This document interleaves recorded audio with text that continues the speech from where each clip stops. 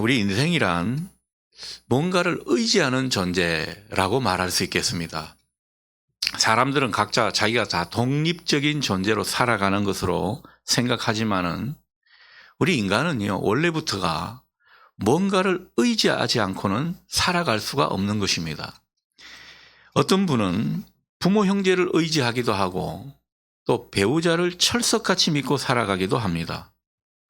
어떤 분은 자식을 마치 우상처럼 의존하며 살기도 하죠. 또 돈이나 인맥, 지식이나 정보를 의지하면서 그것을 붙들며 살기도 합니다. 자, 그런데 기억할 것은 우리가 무엇을 붙잡고 누구를 무엇을 의지하며 사느냐에 따라서 우리 인생은 판이하게 달라진다는 사실, 여러분 이것을 기억할 수 있기를 바랍니다. 만일 우리가 제대로 하나님을 의지하며 사는 그런 인생이 된다면 그 마음에는 평안함이 가득할 것이고 그 삶의 기쁨을 느끼게 될 것입니다. 마음에 뭔가가 채워지는 그런 느낌도 갖게 되죠. 그렇지만 하나님을 의지하지 않고 하나님과 동떨어져 사는 그런 사람은 마음이 늘 헛헛합니다. 세상의 그 어떤 것으로도 다 채워지지 않는 마음의 빈자리를 느끼게 됩니다. 그래서 사람들이 이것저것 채워 넣으려고 하죠. 그 빈자리를 사람들은 쇼핑을 통해서 채워보기도 하고 또 관종이라고 하죠. 사람들의 그 관심, 인기를 끌려고 애쓰기도 하는 것입니다. 명예나 권력을 탐하는 그런 모습도 있기도 하고 심지어 성적인 타락이나 마약 같은 그런 것에 빠지기도 합니다. 그렇게 해서라도 뭔가를 채우는데 그 채우는 것이 마치 신기루처럼 사라져버리는 것이 하나님을 제대로 의지하지 않는 사람의 결과라고 볼 수 있겠습니다. 그래서 삶이 마치 바람을 잡는 것처럼 이 바람을 잡을 수가 없지 않습니까? 그런 어떤 공허함이 삶 가운데 느껴지게 되는 것이죠. 자, 예레미야 선지자가 살던 시대, 이 시대 이스라엘 백성들의 모습이 그랬습니다. 이들은요, 하나님의 백성들이라는 이름에 걸맞지 않게 하나님을 의지하지 않았습니다. 하나님을 찾고 의지하는 그 존재로 하나님이 부르신 것인데 이들은 오히려 하나님을 버리는 모습이었습니다. 그래서 예레미야가 아주 심하게 책망하는 것이 오늘 본문의 말씀이 되겠습니다. 그들은 하나님을 버리는 대신 풍요와 번영을 쫓아서 당시 세상 사람들이 그렇게 쫓아서 섬겼던 바알과 아세라 우상을 이들도 섬겼던 것입니다. 헛된 것을 따라간 것이고 헛된 우상을 의지한 모습입니다. 뿐만 아니라 당시 이스라엘 백성들은 하나님 대신에 강하고 또 힘 있는 그런 나라라고 할 수 있는 애굽이나 아수르를 많이 의지했습니다. 하나님을 찾고 하나님께 기도하기보다는 그 애굽이나 아수르 왕을 찾아가지고 그들한테 기대는 그런 모습이었다라는 것이죠. 세상의 힘과 세상의 권세 앞에 무릎을 꿇고 복종하는 그런 모습을 하나님은 안타까이 지켜보신 것입니다. 자, 그러면서 이 사람들은요, 한편으로는 자기 욕망에 따라 온갖 불의한 일을 다 하며 살았습니다. 하나님은 그런 인생들에게 대해서 예레미야 선지자를 통해서 분명히 경고하고 계신 것이죠. 5절 말씀입니다. 무릇 사람을 믿으며 육신으로 그의 힘을 삼고 마음이 여호와에게서 떠난 그 사람은 저주를 받을 것이라. 하나님께서 상당히 강하게 질책하시는 그런 내용이 되겠습니다. 자, 이런 인생은 어떤 인생인가? 6절에서 확인합니다. 사막의 뜰기나무 같은 인생이라고 말씀하시면서 그 인생은 반드시 실패하게 돼 있다. 이 말씀을 하고 있습니다. 거친 환경 속에서 갈수록 그 인생이 쪼그라들고 안 좋아지고 고달프게 살아가게 된다라는 것입니다. 하나님을 의지하지 않는, 하나님을 제대로 찾고 믿지 않은 결과가 결국 세상에 힘 있는 영향력 있는 사람을 믿고 의지하게 되었고 그 결과로 하나님은 이런 사막의 떨기나무 같은 인생으로 전락하게 내버려 두셨다. 그런 말씀을 하고 있는 것입니다. 하나님을 믿지 않고 대신 세상에 힘 있는 세력 아니면 자신의 힘을 믿고 사는 사람들의 말로가 이렇게 불행한 모습이라는 것을 성경은 그려주고 있습니다. 자, 그런데 여러분, 하나님의 사람들이라고 하는 그런 사람들이 왜 이렇게 하나님을 의지하지 않고 대신 세상에 힘 있고 영향력 있는 사람, 그런 사람을 믿고 의지하는 것입니까? 왜 하나님을 찾지 않고 자신이 자신의 힘으로 할 수 있다고 그렇게 생각하고 살아가는 것이냐라는 겁니다. 그 이유가 무엇일까? 여러분 한번 생각해 보시죠. 그 이유는 다른 게 아닙니다. 하나님의 백성들이 하나님께로부터 등을 돌린 것입니다. 하나님을 마주 보아야 할 사람이 하나님과 약간 빗겨 있다가 결국은 그 존재가 하나님께로부터 등을 돌리는 그런 모습이 되었기 때문이라는 거죠. 이것을 다른 말로 하면 하나님에게서 마음이 떠났기 때문이다. 그렇게 성경은 이야기하고 있는 것이죠. 무늬만 겉으로만 신앙인이지 그 속에 하나님을 마음에 모시려 하는 이런 모습이 없었다라는 겁니다. 그러니 하나님을 마음에 모시지 않으니까 자꾸만 다른 것을 마음에 두려고 하는 그런 경향이 생기게 된 것입니다. 여러분, 하나님을 바라보고 하나님을 마음에 모시지 않으면 사람은요, 독립적인 존재가 아니기 때문에 의타적이고 의존적인 존재이기 때문에 필시 다른 것에 현혹되고 마음을 그쪽에 두게 돼 있습니다. 하나님 대신에 자꾸만 다른 것에 의존하려는 경향이 사람들에게 본질적으로 나타나는 것입니다. 우리가 우리 존재를 잘 알아야 되는 것이죠. 그런데 하나님을 마음에 모시지 않고 다른 것에 마음을 빼앗기고 결국 다른 것을 하나님 대신에 붙드는 인생, 그 인생은 결국은 공허해지기 마련이라는 것입니다. 채워지지 않는 빈자리를 느끼게 되고 삶이 무의미함을 자꾸 느끼는 그런 인생이 되는 것입니다.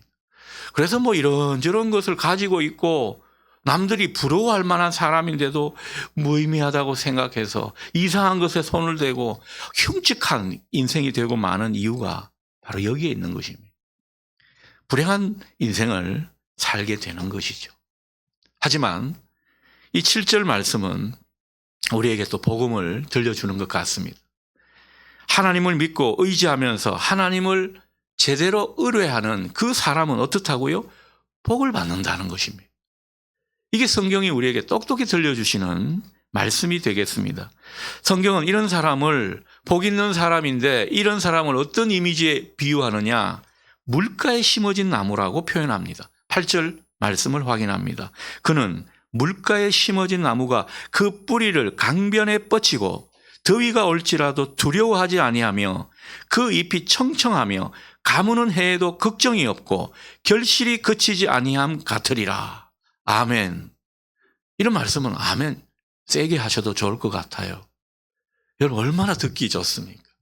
얼마나 힘이 되는 말씀입니까? 이 나무가 얼마나 복된 나무인가. 정말 새삼 느낌이 들게 되는 것입니다. 자, 이런 물가에 심어진 나무 같은 인생, 그 인생이 삶이 행복하지 않겠습니까? 그런데 여러분 오늘 하나님은요 우리에게 단순히 듣기 좋으라고 이 말씀을 하신 게 아닙니다. 이 말씀을 붙들라는 거죠. 이 말씀은 약속의 말씀이라는 것입니다. 하나님을 제대로 의지하고 신뢰하는 사람, 반드시 하나님은 그 인생을 복되게 하신다. 이 약속을 우리에게 주시는 줄 믿습니다. 오늘 우리가 그 약속을 붙들어야 합니다. 아이고 좋은 말씀이네. 역시 하나님 말씀은 좋네. 이걸로 그치지 말라는 거죠. 하나님이 어떤 인생을 원하시는지를 우리가 그것을 똑똑히 보면서 우리가 오늘 이 물가에 심은 나무처럼 살아가는 인생 되게 해 주십시오. 강한 소원이 저와 여러분에게 일어날 수 있기를 바랍니다. 주님은 이걸 우리에게 부탁하시는 거죠. 여러분, 어떤 사람이 되기를 우리가 소원해야 되겠습니까? 하나님을 제대로 의지하는 사람, 하나님을 정말로 신뢰하는 그 사람을 우리는 우리 존재 가운데 그런 사람이 되기를 바라는 이런 모습이 있어야 된다라는 것입니다. 여러분, 이런 인생은 어떻습니까? 성경이 그려주는 이미지는 어떤 것입니까? 언제나 하나님으로부터 힘을 공급받는다라는 거죠. 어려움과 위기 가운데 놓일 수 있다라는 거죠. 그러나 그 상황에도 끄떡없다는 것입니다. 일시적으로 우리는 눈이 흔들리게 되어 있습니다. 불안하죠.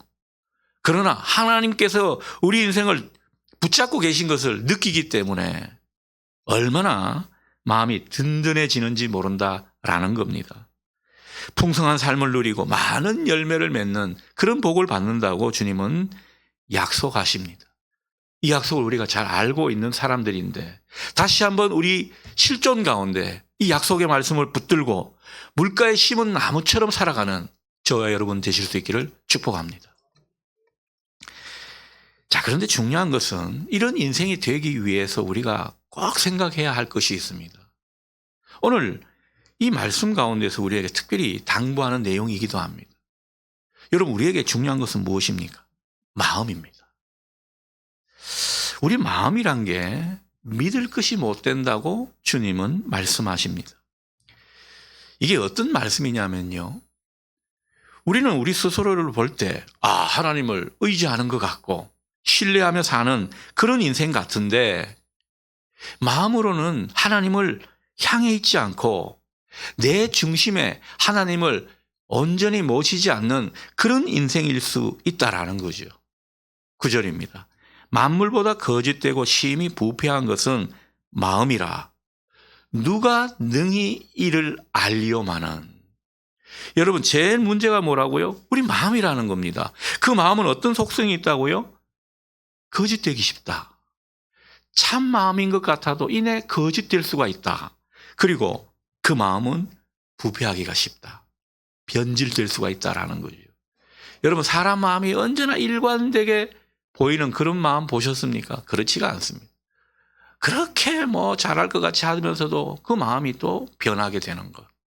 우리 관계 속에서 느끼지 않습니까? 사람 마음이란 게요, 장담을 못하는 것입니다. 내가 이렇게 해주겠다, 저렇게 해주겠다, 큰 소리는 치지만 그 마음이 이내 또 돌아서면 달라지는 거죠. 우리 마음이 이렇게 변질되기 쉬운 것이라는 겁니다. 그래서 성경은요, 누가 능히 이를 알리오마는 이런 말을 덧붙여 놓았습니다. 사람들이 이걸 제대로 알지를 못한다라는 거죠.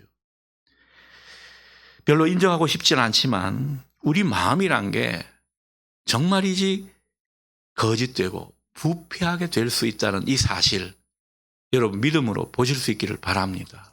우리는 연약한 인생이라는 거죠.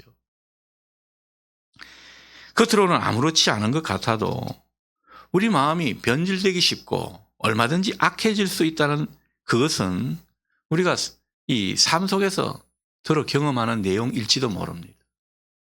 저만 하더라도 아내나 자식을 대할 때 어떨 때는 굉장히 선한 마음으로 하는데 그 마음이 쭉 가지를 않아요.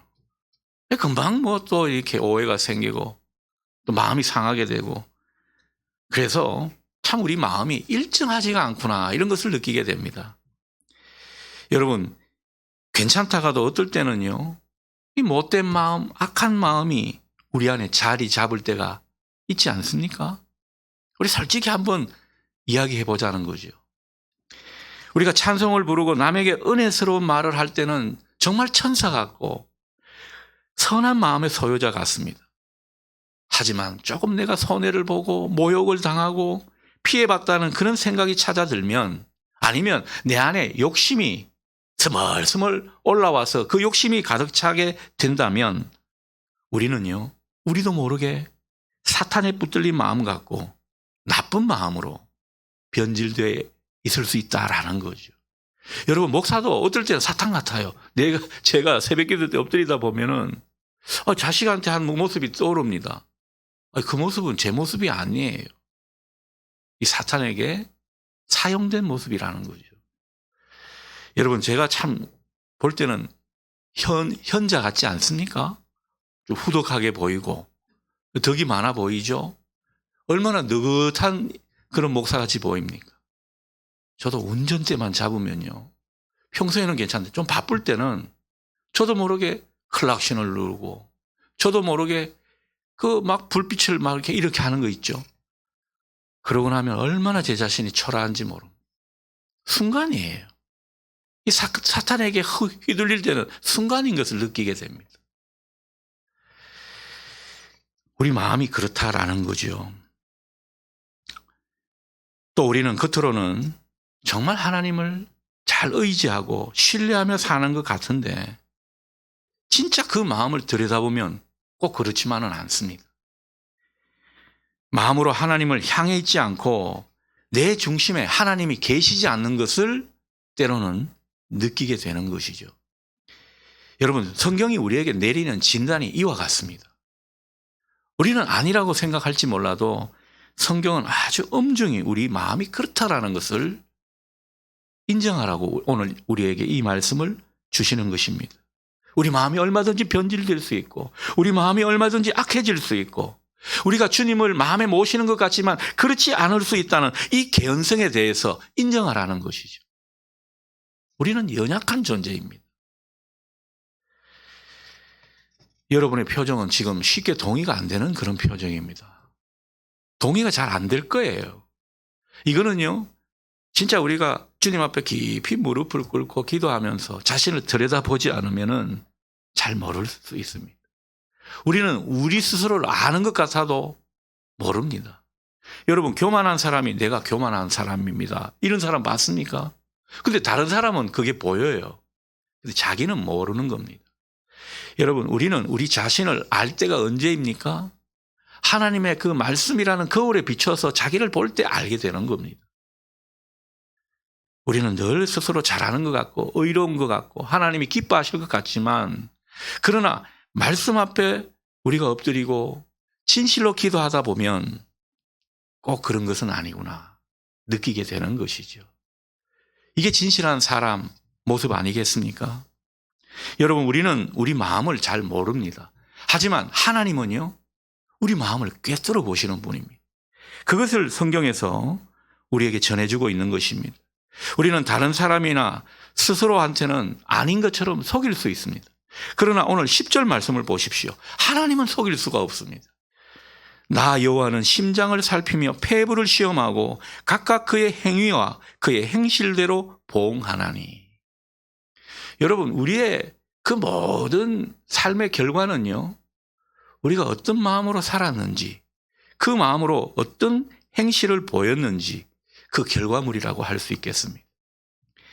하나님은 우리를 정확히 보고 계신다라는 겁니다.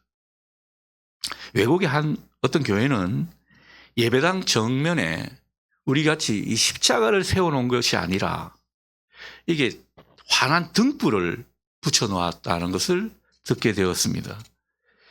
그 등불을 붙여놓은 이유가 궁금해서 물어봤더니만 그것이 하나님의 눈을 상징하는 것이랍니다. 하나님의 눈을 굳이 등불로 붙여놓은 까닭은 다른 게 아니겠죠. 하나님께서 항상 우리를 보고 계신다. 우리는 하나님 앞에서 예배를 드린다. 하나님이 보시는 가운데 예배를 드리고 하나님이 보시는 가운데 우리가 봉사를 하고 그런 것이라고 그 사람들은 생각하는 것입니다. 그래서 하나님의 눈을 늘 의식하면서 예배드리고 신앙생활하자, 그런 뜻으로 등불을 그 앞에 붙여놓은 것이라고 볼 수 있겠습니다. 잠언 20장 27절은 이렇게 말씀합니다. 사람의 영혼은 여호와의 등불이라. 사람의 깊은 속을 살피느니라. 하나님께서는 어떤 분이시라고요? 우리 영혼을 속속들이 지켜보시는 분이시라는 겁니다. 사람의 마음을 낱낱이 들여다보시는 분이시라는 거죠. 그 불꽃 같은 눈으로 우리 인생을 다 감찰하시는 하나님을 우리는 오늘 마음에 생각할 수 있기를 바랍니다. 그 하나님이 우리를 보고 계신다라는 거죠. 우리의 마음과 우리의 생각까지도. 그러니 때로는 그렇습니다. 다른 사람들이 안 봐줄까봐 그렇게 전전긍긍할 것도 없습니다. 다른 사람들이 나를 어떻게 생각할까? 그것에 너무 연연하지 마십시오. 하나님이 보시고 하나님이 우리 생각을 감찰하시면 모든 것에 능하시고 모든 것을 공의로 판단하시는 하나님이 다 조정하게 되는 거죠. 하나님이 우리 마음을 꿰뚫어 보신다는 이 생각을 갖고 우리는 살아야 할 것입니다. 우리는 하나님을 속일 수가 없습니다. 하나님 앞에 무엇을 감출 수도 없다라는 거죠. 그러니 언제나 하나님 앞에 우리가 진실한 그런 모습이 되는 것이 하나님을 기쁘시게 하는 모습이라고 볼 수 있겠습니다. 겉으로 보면 우리가 언뜻 생각하면 우리는 뭐 아무 문제가 없는 것 같지만 하나님은 우리 속을 들여다보신다라는 거죠. 하나님이 우리 속을 들여다보고 계신데 우리가 그 하나님 안에 온전히 들어가 있기만 하면 그 하나님께 제대로 기도하면서 하나님의 현존 가운데서 우리 스스로를 바라보게 되면 하나님이 보시는 것을 우리도 보게 되는 것입니다. 그래서 우리 마음이 부패하고 안 좋아진 것을 우리도 확인하게 되는 거죠. 아, 내 마음이 이렇게 악하구나. 내 마음이 이렇게 미움이 있었구나. 내 마음이 이렇게 하나님 앞에 선한 것이 아니었구나. 비로소 깨닫게 되는 거죠. 우리가 하나님을 제대로 믿고 의지하는 줄 알았는데 그게 아니었구나. 내 안에 내 중심에 하나님이 계시는 것이 아니구나. 비로소 느끼게 되는 거죠. 겉으로는 우리가 아무리 그럴듯하게 살아간다고 해도 내 마음대로 사는 인생인지 아니면 하나님을 신뢰하며 그 뜻을 따라 사는 인생인지 우리는 몰라도 하나님은 다 아시는 줄 믿습니다. 우리 스스로는 스스로에게 속을지 몰라도 하나님은 결코 속지 않으시는 분이시라고 오늘 말씀하고 있는 것입니다. 오늘 11절 보십시오. 말씀이 언뜻 이해가 잘 안 되는데 이런 내용이죠. 자고새가 있는데 이 자고새가 애써 자기가 낳지 않은 알을 정성껏 품었습니다. 그런데 결국 그 새끼는 그 자고새 어미 품을 떠나버린다라는 거죠. 이게 무슨 말인가 하니까 겉으로는 우리가 아닌 척 나름대로 경건한 사람인 척 신앙 잘하는 사람인 척 열심히 꾸며도 결국에는요 하나님의 판단을 받을 수밖에 없다. 하나님의 인정을 받을 수밖에 없다. 그런 맥락으로 이해를 할 수 있겠습니다. 그러므로 우리 신앙에서 중요한 것은 무엇입니까? 여러분이 잘 붙들고 여러분이 잘 살펴야 할 것이 무엇입니까? 마음입니다. 우리의 마음이죠. 우리 마음을 잘 살펴야 하는 것입니다. 여러분 영성이란 것이 마음 관리거든요. 내 마음이 하나님께 연결되어 있는지 그 연결되어 있어서 하나님의 마음으로 살고 있는지 아니면 세상에 오염된 마음으로 살고 있는지 그것을 점검하면서 관리하는 것이 영성의 길인 것입니다. 그걸 잘하는 신앙인이 좋은 신앙인이고요. 그러니 우리는 자꾸 우리 마음을 들여다봐야 합니다. 다른 걸 자꾸 보려고 하는데 세상에 뭐 다른 것을 보고 또 뭐 교회 오더라도 여러 이상한 것들을 자꾸 볼 수가 있는데 여러분 마음을 들여다보십시오. 저도 이 목회하면서 이것저것 현혹되는 거 있는데 또 어쩔 때 하나님께서 시험을 주시고 제 스스로를 깊이 들여다보면 뭔가 문제가 있는 것을 보게 되는 것입니다. 여러분 우리는 마음을 들여다봐야 합니다. 신앙의 본질은 내 마음이 하나님께로 향해 있고 우리 마음에 주님을 모시고 사는지 마음으로 깊이 하나님을 신뢰하는지 그런 것에 있습니다. 그것이 신앙의 본질이라는 거죠. 여러분 이 신앙의 본질을 의식하면서 예배드릴 수 있기를 바랍니다. 이 신앙의 본질을 기억하면서 우리가 섬기고 봉사하는 그런 모습이 될 수 있기를 바랍니다. 아무리 선한 일이고 잘한다 하는 일이라 하더라도 마음으로 하나님께 연결되어 있지 않고 그 마음에 주님이 계셔서 역사하지 않으면 여러분 그것은 주님의 일이 아닙니다. 내 일입니다. 나조차고 하는 일이라는 거죠. 여러분 주님의 일을 주님의 마음으로 할 수 있기를 바랍니다. 주님께 마음을 잇대어서 하게 되면 주님의 일인 것이고 그냥 내 생각과 내 의지로만 하면 내 일인 거죠. 주님의 일을 하는 것처럼 보여도 내 일을 하고 있는 것입니다. 우리 모두 내 일이 아니라 주님의 일을 할 수 있기를 축복합니다. 따라서 우리 마음이 주님께 연결되어 있는지, 내 마음의 생각이 깨끗한지 더러운지 기도를 통해서 자주 살펴보시는 여러분 되실 수 있기를 바랍니다. 내 마음이 영적인지 아니면 속물적으로 오염되어 있는지, 하늘의 것인지 아니면 세상의 것인지 말씀에 비추어서 자꾸 나를 들여다봐야 합니다. 우리 마음에 늘 주님을 모시고 사는지 이런 것을 점검할 수 있기를 바랍니다. 우리가 열심히 신앙생활하고 열심히 교회 출석하는 것처럼 보여도 자칫 하나님 눈에는 우리가 껍데기뿐인 신자, 그렇게 보일 수도 있다라는 것입니다. 그러므로 우리의 모든 경건과 예배를 통해서 내 안에 주님을 모시는, 내 속에 주님으로 꽉 찬 인생이 되기를 간구하는 우리 모두가 될 수 있기를 바랍니다. 그게 진짜 주님과 교통하는 사람의 모습 아니겠습니까? 여러분, 교회를 교회 되게 하는 것, 화려한 건물, 빵빵한 재정, 그리고 많은 사람들이 모이는 것, 그런 것에 있지 않습니다. 정말 세상 사람들의 시선을 아주 끌만한 그런 다양한 프로그램이 교회의 승패를 좌우하는 것이 아닙니다. 여러분, 교회는 하나님의 음성을 듣는 그 마음의 귀가 열려있는 그런 성도들이 얼마나 있는가. 마음으로 하나님과 소통하고 그 가운데 마음의 참된 근본이 바뀌고 있는가. 마음의 근본이 참되게 변화하고 있는 그런 공동체인가. 그런 것이 중요한 것입니다. 여러분, 그런 기준으로 우리가 교회를 이루어 가야 할 것입니다. 그리고 각자가 그런 모습으로 주님 보실 때 바른 신자가 되도록 힘써야 할 것입니다. 그런 신자들이 모인 교회가 주님의 교회인 것입니다.